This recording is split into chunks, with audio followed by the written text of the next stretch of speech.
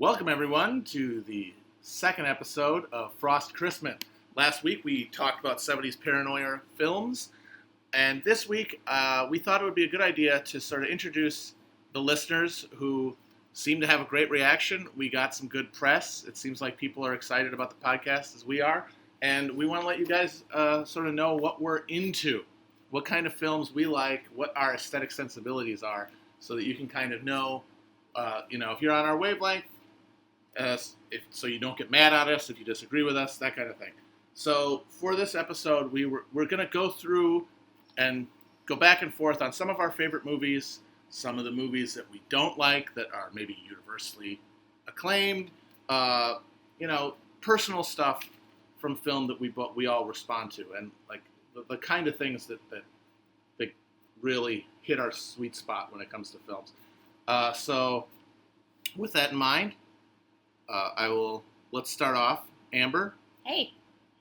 Let's go through our list of our favorite movies. We'll go back and forth on that. Okay. So I think we both agreed early on that this is not a comprehensive list at all, but absolutely not. It's a sampler, right? And not we're not making any claims that these are the best movies. The movies we love. We are the movies that we have personal feelings towards. Mm-hmm. Exactly. Movies that changed our lives. Yes.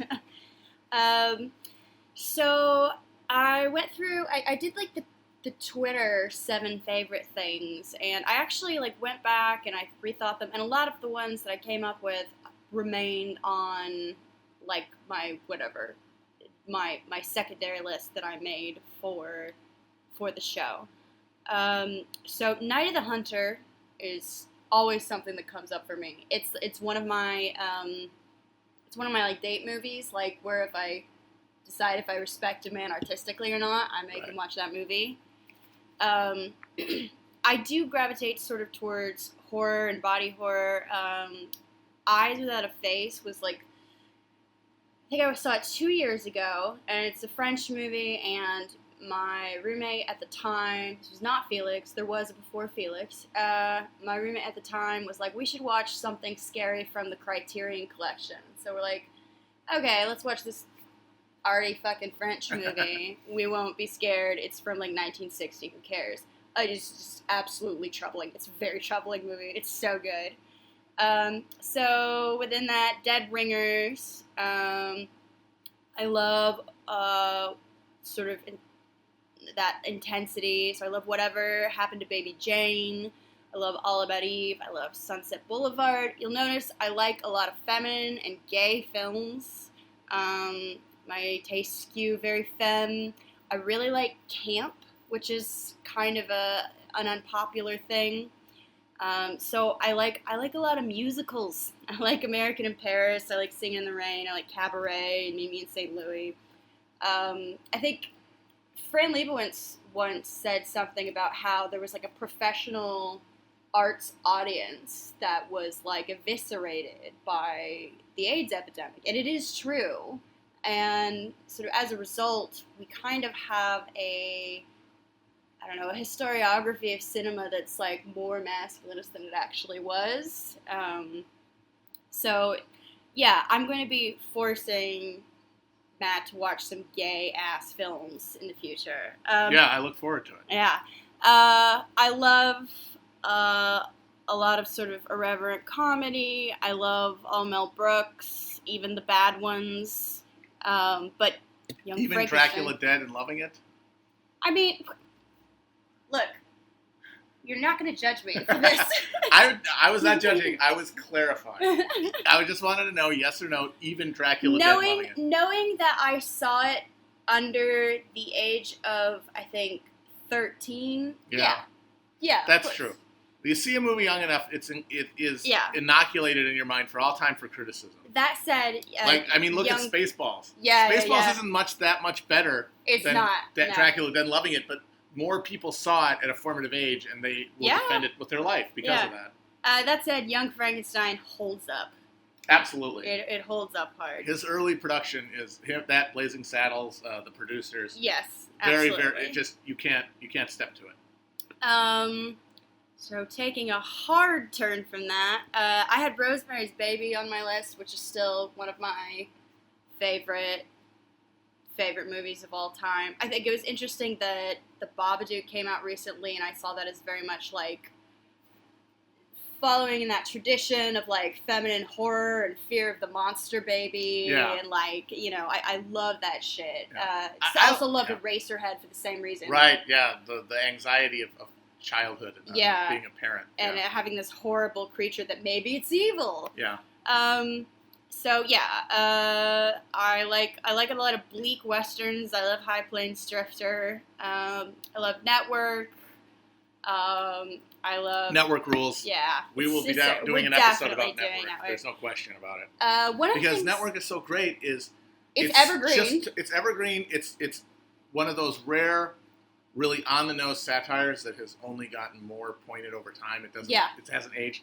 And even though it's like almost totally just a succession of speeches. Yeah. Very little like character dynamic. It's like people giving speeches to one another. The speeches are all awesome. Oh, they're so good. They're so great. But what's horrifying, though, is it's one of those movies where everyone it's a total Scarface, where everyone doesn't get, this is a cautionary tale. You know that, right? Like, everyone romanticizes it, and it's incredibly disturbing. Yeah. No, and for me, that movie's, the peak for that is the Ned Beatty speech. Oh, my God. To Howard Beale, where he explains the world. Uh-huh. And it made sense in 1970s, but now it's just eerie. Yeah, and like, you know, City Limit, he had no idea. He had no idea how real it is. I mean, he was living in a world that still was divided supposedly by the ideological, conflict of the Cold War. Yeah. But even at the time, he's like, what do they sit down with their councils of state? Do they talk about Karl Marx? Yeah. They get out their linear programming projections just like we do. And now, in a generation removed from the fall of the Soviet Union, it's only more accurate. Yeah. Great movie. One on my list too, so I won't talk about it. So I like that. I like Dystopia. Matt and I both love Robocop. Oh God, another one on my list, so I won't talk about that one. Now, speaking of episodes, Verhoeven. We haven't talked about how we're going to do it yet because it could be a 2-hour episode, but there will be a Verhoeven episode. Yeah. We both sort of acknowledge that we're both like Americanists. Yeah, this is part of what this is. This episode is putting our cards on the table, and one of them is that, you know, there are people who earnestly love all types of cinema, world cinema, cinema from the, you know, silent age to now, and I like movies in all of those traditions. But the movies that speak to me most viscerally tend to be made in America by Americans and reflect American culture, and I kind of can't think of any way that wouldn't be true.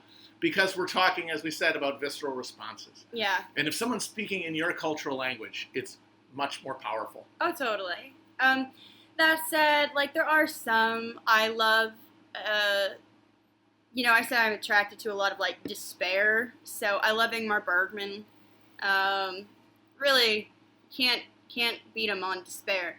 I've probably seen The 400 Blows a million times. I like Kurosawa. I like, and I like a few movies by Guru Dutt, even though I find a lot of Bollywood completely impenetrable. But I do recommend Guru Dutt, who is like, I guess a director that's he's supposed to be the Orson Welles of India. Right. And like you can see it and watch it and you're like, okay. Yeah. And it's like the most palatable to like my very American brain. Yeah. Okay. How about you? Okay. Well, I'll start off by saying that one of the things that's going to be interesting about this podcast is even though we're both broadly responding to American films and we find those the most sort of absorbing to our imaginations and the ones that we think about the most, we certainly have, there's some overlap, but there's also a lot of difference.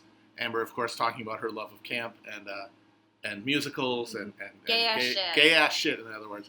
And I am, and this is a warning to everybody, turn off the podcast if you need to. I am very much more a stereotypical, even, I would say, dude. You're a high T man. I'm a high T male when it comes to film. Car crashes, explosions, if there's a gun in it, I will be more interested than if there isn't a gun in it. It's embarrassing because I want to be a well-rounded, cultured individual in the 21st century. Your guns are my Gloria Swanson in a long silk negligee. Right. So I'm a dude. To give you an idea of how much of a dude I am, when I was in college, I had a poster on my wall of the scene in Goodfellas where Joe Pesci shoots Spider. He's like pulling the gun out, and it says like, "You gonna let him talk to you like that?" They had like, wow. You know how they had poster day, first week of school? Yeah. It's like, hey kids, put something on your wall to approximate a personality. And I said, I saw this thing, and I'm like, yes, that's worth putting on my wall. I'm trying to remember what I had. I had a train spotting poster on my wall. Amazing. Yeah, it was like, that's in the same heroin and Iggy Pop. Yeah. That's what I like. That's in the same ballpark, 90s sort of indie, but a little bit more, sort of more tragic. This sort of romance, thing that rock an and roll, 18-year-old loves. More about like fetishizing like a lifestyle and a lifestyle that one might want to partake in or find interesting, as opposed to just me, which was just voyeuristically getting off on horrible violence. Yeah. But like I swear to God that I have matured in my taste since then. I like a more wide variety of things. But the things I love spring from that doodly high tea thing. I saw Pulp Fiction when I was like 12 in the theater, and it did way too much to forge my aesthetic taste for me to I still deny love Pulp Fiction, yeah. It's a really good movie. It's hard to watch now. I have a friend who has never seen it, and I've told him, you don't need to see it, because you will not be able to watch it. You will be watching it like refracted through 20 years of culture. Yeah, that's true. And there's no way to like actually you can't decontaminate yourself of all the influences that it's produced. And that is why this is another idea for an episode that I want to do in the future.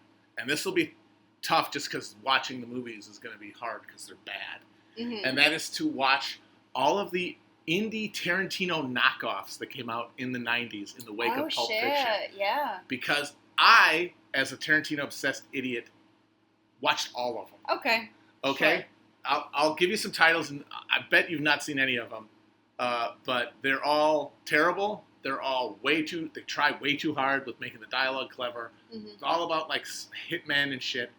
Like probably the best one is Grosse Pointe Blank. I liked Grosse. I like Grosse Pointe Blank. It works. You can argue it's not a Tarantino ripoff, Cusack kind of carries it.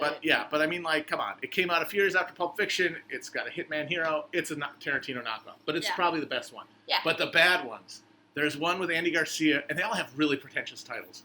One with Andy Garcia called Things to Do in Denver When You're Dead. I love Things to Do in Denver When You're What? Dead. No, I can't help it. I love it. Oh my God. I can't help it. Steve Buscemi is Mr. Hush or whatever. It's because the silent assassin. It's because I like the performances in it, and everyone's chewing scenery. Jack Warden. That must have been like his last performance. He's just like this giant rock man. He's got that Lawrence Tierney and Reservoir Dogs vibe of just this monstrous human gurgling out his dialogue through 500 pounds of like lung cancer. I enjoyed it. I haven't seen it since I was a teenager. It was a hangover movie. I bet I would appreciate rewatching that one. Then. Yeah, it's because fun. Warden's good. Treat Williams as like the psycho from prison. Oh, that's right. Yeah, but like it's got that overly clever dialogue. Yeah. Where people are trying to be Tarantino, it's a little too clever by but they can't because that was written by the same guy who wrote Con Air. Really? Yes, which is another movie that has that super obnoxious, overly stylized dialogue. Yeah. There's a line in Con Air that has stuck in my head since I saw it in the theater as an example of try-hard dialogue. And it's when Nick Cage is trying to stop Ving Rhames from shooting the hostages that they have from the plane. They're all prison guards. And Malkovich says, "My own proclivities are well-known and oft-lamented facts of penal lore." And I just... my God. How did he, how many times did they have to get that take? That's, something that... So I teach, freshman writing at NYU. Yeah. That's, the one kid who was, the best writer in his class. That's how they... Right. He has a thesaurus, and he got A's for having a thesaurus. Yep. And, that one of the first things I do to those kids is knock break that them. shit You have out to break of them. Because... Yeah, there's two kinds really of the precocious you kid. the ambition. Exactly, the precocious, ambitious young writer, they either get stuck into that, in which case they're insufferable and they write Con Air, or they move beyond it. And then they look back on that stuff with embarrassment, which they should. I feel like you should have had someone make you embarrassed of that before you made Con Air. Absolutely. Another one, I don't think you've seen this one. I'd be surprised if you had. I was already shocked that you've seen Things to Do in Denver When You're Dead. I hang out with boys. Apparently. Truth or Consequences, New Mexico. No. Okay, that is Kiefer Sutherland, only one of 2 movies directed by Kiefer Sutherland. Oh, dear. Starring Vincent Gallo. Oh, my God. And Martin Sheen. And it's about a heist gone wrong. Okay, so, like, you have, like, 3 men who take themselves very seriously. Oh, yeah. Like, all of those men are incredibly self-important. Yeah. Well, that's what's so funny about it, because it has the Tarantino template, but no humor at all. Yeah. And there's an attempted humor where basically they rip off the scene from True Romance where Walken goes to see Dennis Hopper and kills him. And it's Max Perlich is the guy who's been captured, and Martin Sheen is the bad guy who shows up. And they torture him while playing some pop song. I can't remember which one. Yeah. So it's like, oh, come on. You're not even trying. You're trying so hard, but not hard enough. Yeah.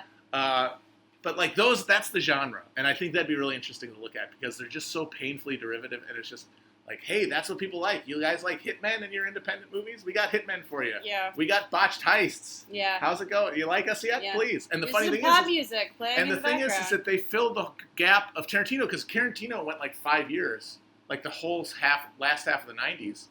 Didn't make anything before Jackie Brown came out in like 98. Yeah. So it's like that hole got filled by all these people trying way too hard. Like you said, but there's some humor to Tarantino. Oh, absolutely. Like you can't. He got laughs out of like. No, I will stand up for those movies. I think Tarantino's very talented, and I think that his like emotional immaturity, like frankly, is interesting to watch because of the way that it clashes with his talents. Yeah. So. Yeah, no, I'll stand up for those movies, but I just to let everybody know that's how into that aesthetic I was, that I watched all of those terrible knockoffs. Yeah. Another one, The Immortals. That one went straight to DVD. Tia Carrera. I love her. Joe Pantoliano. Really? Yeah, Eric Roberts, and that is a product of its time. And Tony Curtis. Pardon my coughing throughout this. I'm still hungover from last night. So you are getting some real-time podcast here at Frost Christman today, listeners. Well, they want the raw shit. That's what they're here for. I am literally drinking a raspberry line Schweppes and hawking my brains out. But there's one movie in this subgenre that I would not subject you to, and I don't think I could watch again. And it was written and directed by the son of Joey Bishop. You know, like sort of the appendix of the Rat Pack. Okay. He was like the comedian who hung out with Sinatra and those guys. Yeah. Well, his son, Larry Bishop, made a movie called Mad Dog Time. And basically, the guy used every connection he had in show business to get the movie made and to get the cast. It's got... he just pulled every favor. It's got Richard Dreyfuss, Gabriel Byrne, Dennis Leary, Jeff Goldblum, I think. It is the most unwatchable thing in human history. Wow. It is... Every line of dialogue is like that oft-lamented back to penal lore line. Yeah. And it's just people sitting in dark nightclubs saying those lines to each other until one of them shoots the other one. Yeah. It's unbearably terrible. So I remember telling you about this earlier, but we used to, and by we, whatever, my old punk rock friends, when we would watch B movies, we had something we referred to as a leather pinata, and I'm not sure who came up with it, but it referred to a movie that was very high concept and had good stuff in it, but there was an impenetrably bad movie hiding that good stuff. Right. So you couldn't get to it. And I think, like, that concept very much shaped the way I feel about, like, one, I believe the audience is a tyrant and should usually be ignored. And two, I think movies that are bad a lot of times have a lot of value in them. There's good stuff on the inside that you just can't necessarily get to because they're wrapped in a shitty movie.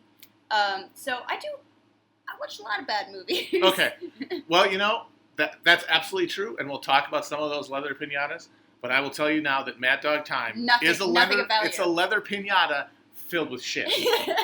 You get through the leather, and then shit pours down on, covers everybody. Great. The whole room. Wow. But you know what? Fucking watch it. It's that terrible. If you can get a hold of it, but don't blame me. That's all I'm saying. I mean... All right. So this long-ass digression is trying to defend myself from charges of being a masculinist knucklehead. And I'm saying I can't be anything else. That's what I was raised in. I was a soupy bath of Tarantino and Michael Bay, like a nutrient-rich slurry. It's all I know. I'm sorry. I don't know no better. Yeah. So with that in mind, and the throat cleared, gay I did not. godmothers. No. Like I did. I did not. Yeah. No. We're both from the Midwest, but yeah. But I was a little more sheltered, I think, Yeah. in my childhood. Well, to be fair, all women from Indiana are already lesbians.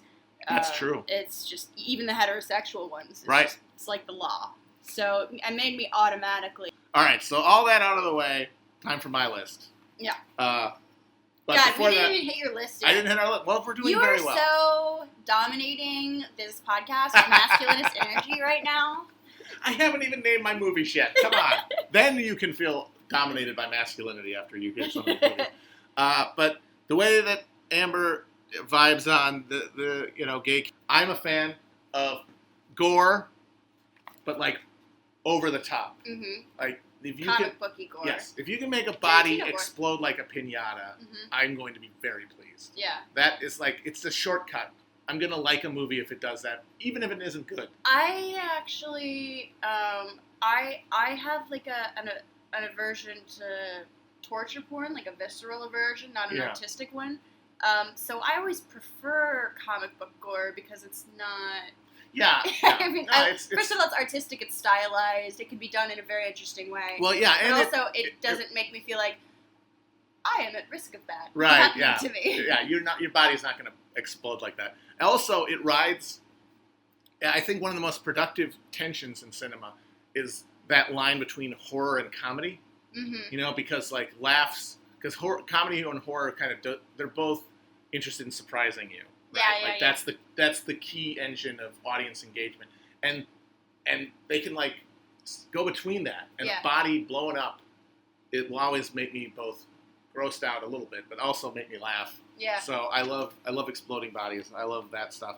Dystopic sci-fi. Sure. Also big fan of that.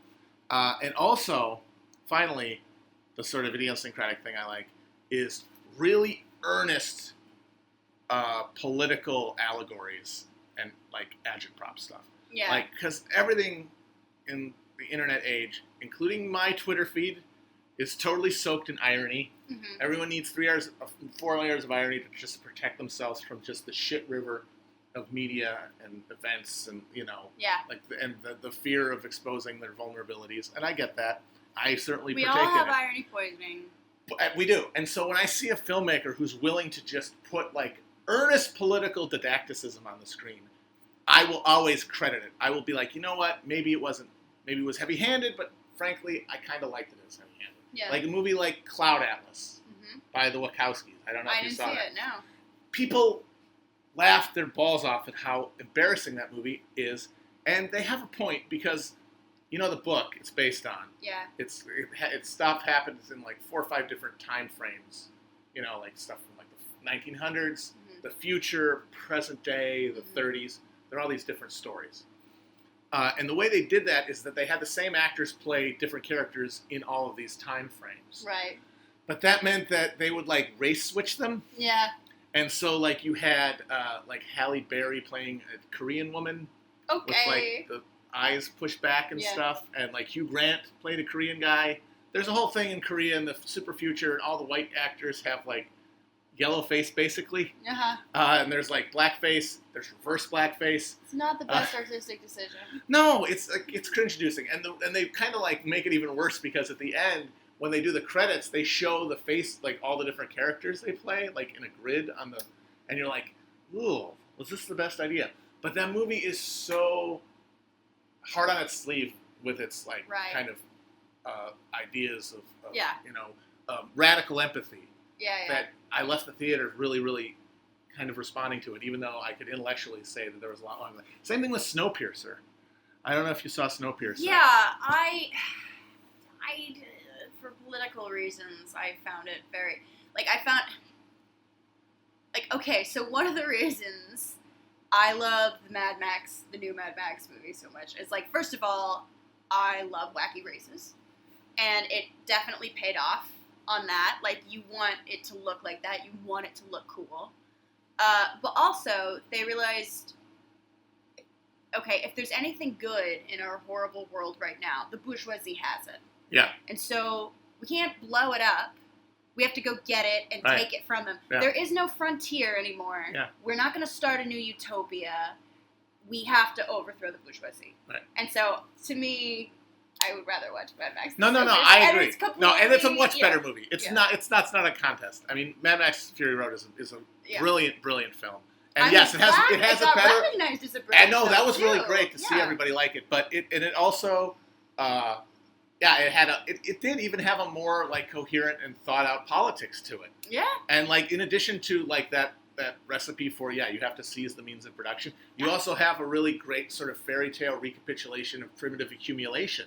Mm-hmm. Like the way that, chieftain figures use, religion and sort of ritual to sort of, to ratify claiming control of scarce resources. Yeah. And no, it's great. But, like, and Snowpiercer is very muddled, and that ending doesn't really make sense. And it's sort of like that you could argue that that's like weak tea liberalism, basically, or whatever. But just like, I don't know, it was ambitious. It was ambitious, which is a thing I appreciate, and just the clarity of that car as, like, the allegorical vehicle. Yeah. With, like, they're all in the back eating the nutrient shit, and then the different train cars going up to the top, and then the little kids are in the machinery making it work. It's just such a complete metaphor that I appreciate. Marxist political cartoon. Yeah. We feed you. We feed all. Yeah. We rule you. We trick you. It's the wedding cake thing. Only it's a train, and I appreciate how just perfect it is. It's such a perfect metaphor, and it's good. And Chris Evans is actually decent in it. Yeah. He's not bad. Oh no, he's not bad. He's one of the more talented hunks that we yeah. have in Hollywood. Yeah. I have something that I refer to as the hunk conundrum between Tom Hardy and that guy that looks like Tom Hardy. But a not as good looking Tom Hardy. Oh, Channing Tatum. Well, here's the thing.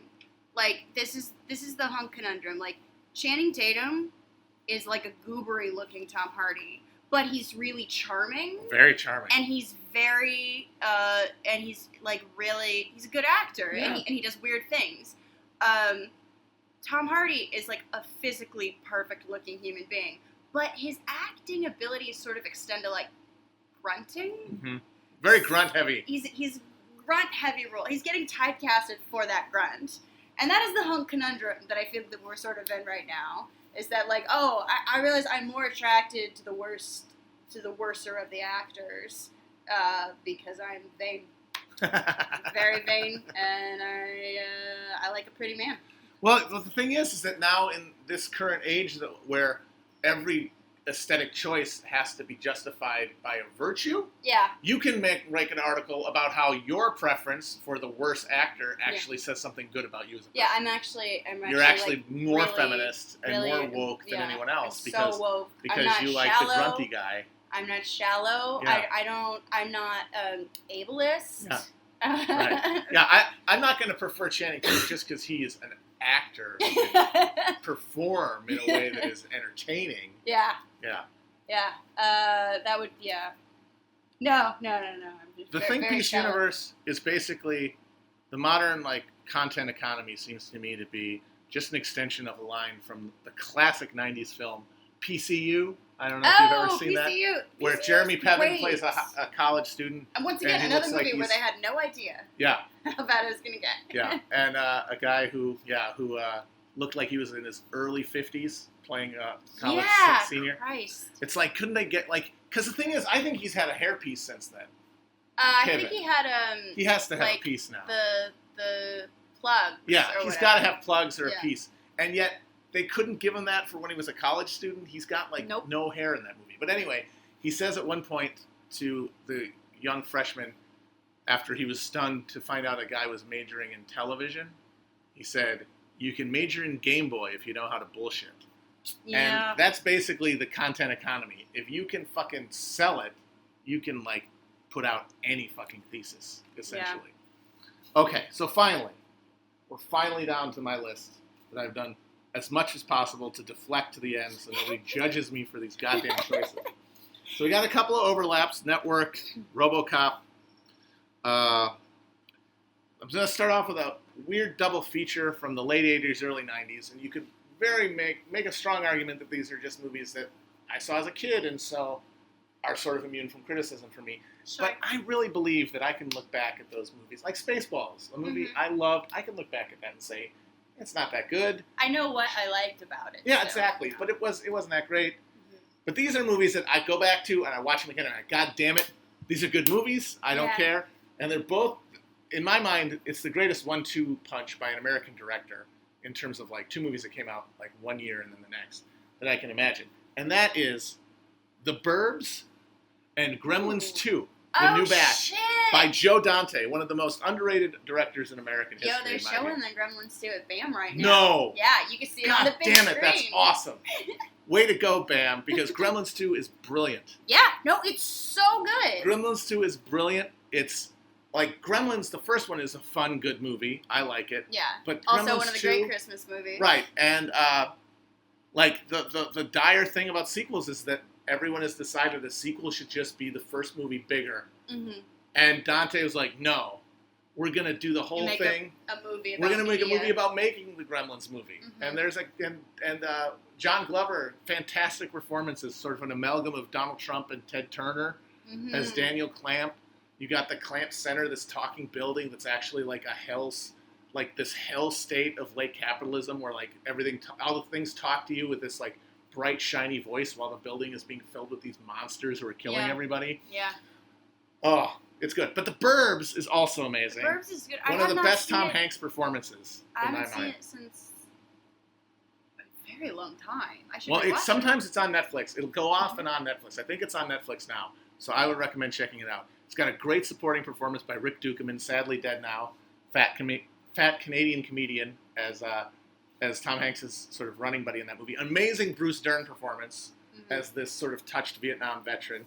And it's got one of the great like performances of frustration moments. There's a scene in that movie where Tom Hanks has found out that the creepy neighbors who he thinks are murderers know that he's looking into them. And he runs into the house. He tries to run into his house. And his wife opens the door and he smacks him in the head. And he's just standing there with his head and he's like really mad, you can tell, and he's in pain. And his wife says to him, "Are you okay, honey?" And he grabs 2 empty beer cans and just crushes them in his hands and then throws them down. And she goes, "You feel better now?" And he goes, "Yeah, kind of." And I just love that they put that in there. Because, like, Yeah. that's what you do when you're really mad. And the futility Just the of feudal, sad, suburban and domestication. rage. Yeah. Yeah. The sad suburban... Because that movie is largely about, like, anxiety about suburbanization and sort of how you're domesticated by it. Anyway, 2 really great movies. A great double feature for anybody who wants a good Saturday or Friday night. RoboCop, we talked about. Mhm. I am a Coen Brothers boy because of... I can't not be. My Yeah. demographics basically make it required. I'm a college graduate. Yeah. I'm a male college graduate who grew up You were sometime white. in the last 30 years. Yeah. A white. I can't not Yeah. like the Coens. I do like the Coens, but I do feel I feel obliged to like push back on Coen love. No, I Because, get it. like, what was the last one I saw? It was Hail Caesar. I saw Hail Caesar. Yeah, no, I saw that in the theater, and I realized like I have this thing where it's like here are these like this couple of like very literary Jews Sure. with like a fantasy of a mystical Middle American kind of masculinity, and like kind of these like dopey yet noble like rubes, and I don't like find it offensive or anything, but it's like, man, you guys really like what you like. They do, and I think that's one of the reasons I really like them, is because they like they have mystical a very Christianity in a weird way. Yeah, they have a very interesting relationship to religion, or their Christian subjects. Well, I think that they, because if you look at their movie that kind of deals directly with Judaism, A Serious Man, mm-hmm. I think there is a weird sort of sense maybe of awe or envy or about Christianity, and it's the way that it's willing to be like it's willing to Methodist open you, farm boy. right? It's like it will open the mysteries up to you in a way Judaism will not. I think in some ways maybe also you might like them a little bit because they flatter you. Well, yeah, I'm smart enough to get it. I'm not gonna. That's fine. That's totally fine. I get to walk out of a like movie feeling smart, and I had fun. Yeah, I like that that they love, Midwestern, like, whatevers. And I think their affection for their subject is very real and very dear. But I do find it, I feel like it goes unquestioned a lot. Mm-hmm. But I don't know. I love the Coens. No, I love the Coens, and I love that they love me and my people and where I come from. But too. I respond. But it is weird because they're totally not us at all. Right. Well, they grew up amongst us, though. They did, but they had it's so did fucking Garrison Keillor. By the way, Garrison Keillor is like he grew up evangelical. He was not a. Wait a minute, he wasn't a Sunday Lutheran. No, he was not a Lutheran guy? at all. Motherfucker. Yeah. That motherfucker. I know. And Garrison Keillor isn't a Lutheran. This is the biggest shock that I have encountered in a long goddamn time. I will tell you so much. He's also got a Central Park West apartment. He's been divorced 4 times or something. He's a bitchy New York Jew who isn't a bitchy New York Jew. I also love Garrison Keillor's writing and will defend him, even though Prairie Home Companion is it's unlistenable garbage. Yeah. It's unlistenable garbage. I'm glad we're on the same page on that. But yeah, there is something about someone. But I'll still listen to it. Well, that's because too far for me. I realize I like that you flatter me and that you watch me and that you get something about me. Right. Yeah. Obviously, the Coens are better at that. Yeah. And I respond to all the references that I get to feel smart for getting. Yeah. I respond to the worldview, the sort of grim existentialism. That's why I think their best movie is... I cannot figure out... I like also that I'm not completely aware of what they believe, or if they believe the universe is complete chaos, or... I suspect that they do. There's a lot of argument about that. But you see the way that... Because they like mysticism. They do love mysticism, but, the question is sort of, is the mysticism... are they expressing a mystical... And Oh Brother, Where Art Thou, it was actually, I think, the most meaningful of that because it was the best statement on that. I think it's sort of because it was in the realm of sort of Greek myth, and it's there are gods, they don't care about you. Yeah, I mean that's a recurring theme, but then the hand of God shows up in their movies a lot. But I do wonder, is it the hand of God in a literal sense, or is it a meta God? Is it them? Is it film? There's a degree to which their films are all sort of... And I like that it's sort of self-references, I'm not sure. And are all film-based. You could make a strong argument that all Coen Brothers movies are really just about filmmaking. Yeah. And so all these, this stuff about the mystery and the stuff about God, it's really about making movies. You could make that. And they keep it ambiguous. They're Life of the Mind guys. They really are. But it's very ambiguous, and it's always, where they are, and it seems to switch from movie to movie. Are they making a statement about the world, or are they making a statement about movies? And it kind of can be both. Sometimes it's one or the other. Yeah. And I think that's interesting. And I was saying, I really like their sort of their existential approach to humanity, and their view that people have to sort of just accept their decisions, and they are they judge their characters harshly, but usually due to their actions. They take free will very seriously, and that's why I think. I probably enjoy Big Lebowski the most because, once again, I'm contractually obligated to based on my demographic profile. Yeah. But I think their best movie, just in terms of front-to-back piece of work, is Miller's Crossing. Really? I really love Miller's Crossing.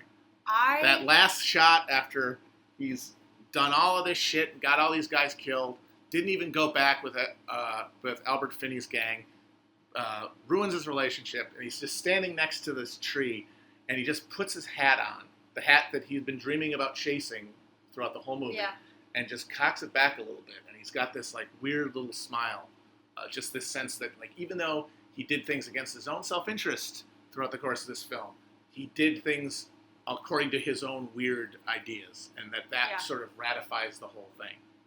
I will say my biggest sort of Coen memory. I saw The Big Lebowski in theaters with my mother. Very progressive mom. And she, at some point in the movie, goes, she was never kidnapped. And like she like leans over and whispers, she's like, she was never kidnapped. And I'm like, no, she wasn't. Like, what the fuck are you talking about? And then she's like, she was never kidnapped. And I'm like, shut up. And she schooled me hard. She did. Mom owned you. Yeah, Mom told you. Told you. She kidnapped herself. Yeah. You said so yourself. We're going to take a break.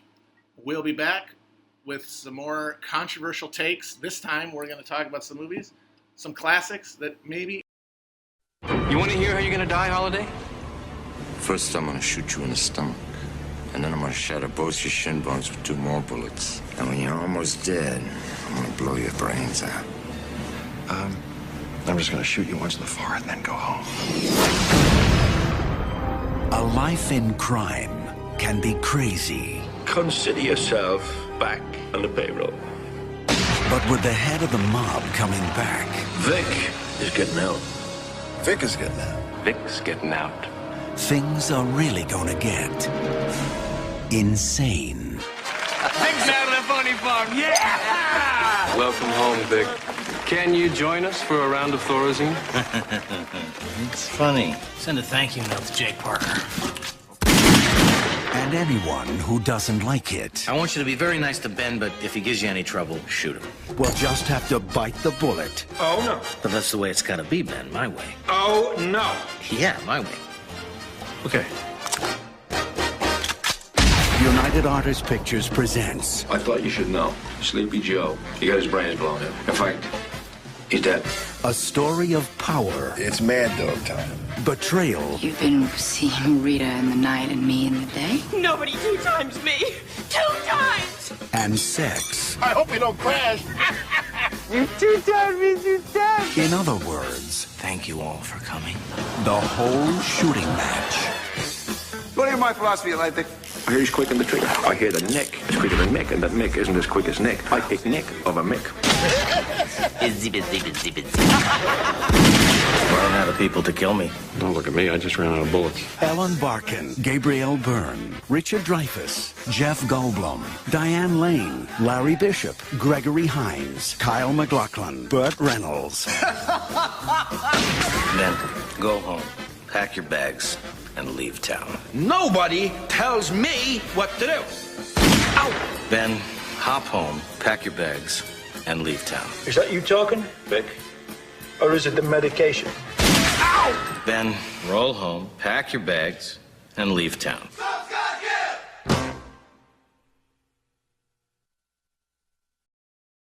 We're back, and now it's the time of the show where we air some grievances with classic cinema, movies that are widely beloved, but we're here to tell you, not so fast, buddy. So, Amber, what's your take on a classic film that you do not enjoy? Okay, so this is... I want to stress that this is not for any moral reasons. I think this man is disgusting, but I love Roman Polanski films, and he is an actual horrible rapist. He is. So this is not moral films, or moral reasons, or moral aversion, but I don't like most Woody Allen at all. Whoa. What I do like, I know, it's terrible, especially because, like, at this point, I've realized my entire dating pool, the men that are attracted to me in this city, are his audience. So I'm really self-sabotaging here. I like Borscht Belt comedy Woody Allen. I love Love and Death. I think it's very funny. A lot of people don't like that. And this is not I like his earlier work. But, like, I hate Annie Hall.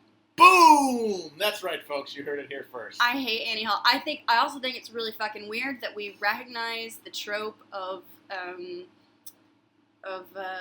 manic pixie dream girl, and don't realize that, like, Annie Hall is, like, the gestation of that. She wears boys' clothes. It's crazy. She's got a little bowler hat. Oh my god. I just can't. I think honestly, it's like the first movie that a lot of people, specifically like a lot of men, maybe saw where everything didn't just get like tied up all neat and tidy in the end. It's like before they discovered French cinema or something. And so they have this affection for it for that reason. But I don't think it holds up. But I think if you rewatch it, I think it's kind of just like a self-indulgent fucking Woody Allen. I don't care. I also hate Hannah and Her Sisters. Like, I fucking hate those movies. Yeah, so that's me. There you go, folks. You might want to turn off the show now if you're a Woody head. I know that I'm personally... I can't believe she'd say that about the Woody man's movies. They're so fantastic. It's just... This is going to destroy all my romantic prospects in this city for the rest of my life. Yep. Okay, I will go to the other part, too. Yeah. You might have to move to, like... I'll have to move Peoria back to the Midwest. Yeah. But the other thing, and this is more of a genre thing, I think people think that most silent movies are like Aelita, Queen of Mars, or like The Cabinet of Dr. Caligari. No. Most silent movies are like The Swarthy Bohunk has tied Fair Elizabeth to the train tracks. Like, most silent movies were like, some carnival barker trying to be Michael Bay who bought a toy, who, wasn't involved in theater or anything at all. He was just trying to create an attraction. And a lot of silent movies, really bad.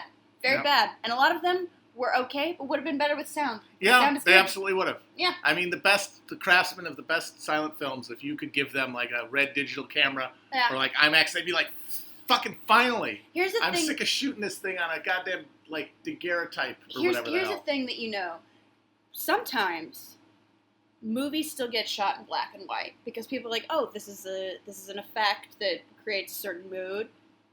No one is making fucking silent movies still, except for that one novelty thing, The Artist, but that, like, one... That was everyone's aunt's favorite movie for 6 months. Yeah. And then they forgot about it. It's a joke of a movie. It's just like... Guy Madden does that too, the weird Canadian guy. He does, like, shit with... Like, but once again, it's not silent. It's like... It's stylized. It has modern shit in it to make it watchable. Yeah. Because that shit was largely unwatchable because that's what they were working with what they had. A Trip to the Moon. Yeah. I have my students watch that. It's incredibly beautiful. It's I mean, they fucking they had nothing to do. Caligari. They literally electrocuted a fucking elephant so that they could have something to put on screen. Yeah, that was Edison. Yeah. He also would just, like, wander into, he filmed, like, also, like, his favorite stripper. By the way, stripper technology has just improved so much. Oh, yeah. You see, even, like, those 50s, like, cutie movies where they're dancing, it's like, ugh. No, I mean, there's just been, leaps and bounds in the industry. Was anyone aroused by this? They were! The lady with, pie plate-sized pasties on their nipples, like, vaguely kind of doing a hula. Oh my god, like, Edison's favorite... Like, that's the kind of shit that, like, Jack Ruby was like, doing at the Carousel Club. Edison's favorite stripper, by the way, was, like, a strong woman, too, who would just, like, strip down to her Victorian skivvies or whatever, which came up to her neck, and, like, do awkward flips on a trapeze. Yeah. But anyway, that was a lot of what silent felt like. by all means, A visit to the opium den. Yeah. That means like some asshole got a bunch of like Chinese peaked caps on sale and like put them on people's heads and like, all right, you're all on opium. Just like look strung out. Just look high, yeah. Yeah. No, but like a lot of people like to say that they have historical value, which they do. Oh, of course. And they like to say things like, well, it's the first time someone did a lap dissolve, or it's the first time a camera panned. But it's like, of course, there's going to be a first time. The first time someone does something, why would we believe that would be any good at all? Yeah, it's by definition going to be pretty bad because no one's ever done it before. There's some great, there's a great Italian one that's based off of an Edgar Allan Poe thing, and mainly it's all leading up to maybe perhaps the first gross, gory special effect ever done, and it's good. It looks good. Yeah. But also it's 12 minutes long. Yeah. Like, there's a reason why there's not... Most silent film is very bad. Yeah. It's just like... Sorry, dudes who go to movie theaters where they have a guy playing the organ to recreate the original experience, and you're wearing spats. All right, and now I'll do a little bit of heresy here. I've got one movie that, frankly, I can't even know at this point if anyone's even going to care that I say that I didn't like it, because this was a movie that was worshipped a few years ago when it came out as this like bold new visionary effort by an independent filmmaker. Won Oscar nominations and was widely regarded. And now the filmmaker has not made anything since then, and I have not heard anybody reference this movie positively or negatively since the Oscar season that it was nominated in ended. So I kind of feel vindicated by that silence. So I kind of feel like that's not even really heresy, but I just want to vent the fact that Beasts of the Southern Wild sucks. It is this really precious attempt to like basically make the dire poverty of people in the aftermath of Hurricane Katrina in Louisiana beautiful.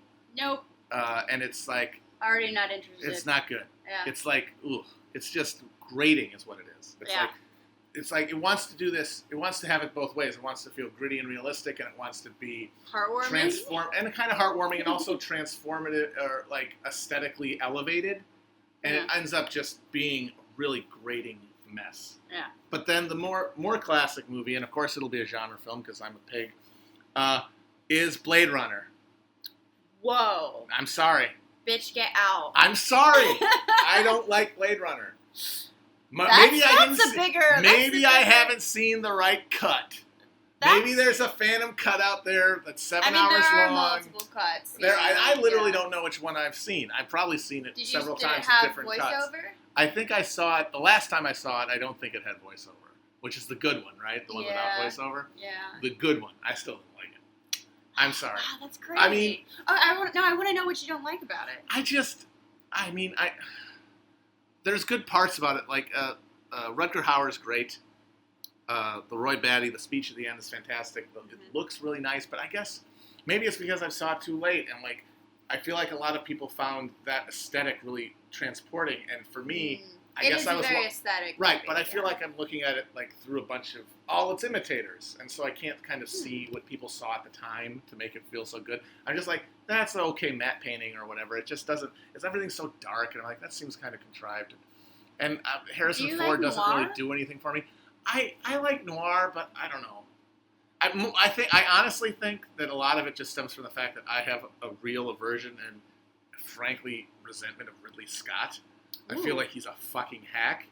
And, like, his reputation basically stands on Alien and Blade Runner. And I just feel like if I can cut one of those struts out, the whole goddamn thing will fall over. Because I feel like he hasn't really made a movie. No, Alien is great. Yeah. First, great. And that's the one he's got. But, like, look what he did. Look at fucking Prometheus. Look what he did to his own legacy. Yeah. You know, it does just feel like, he's getting older.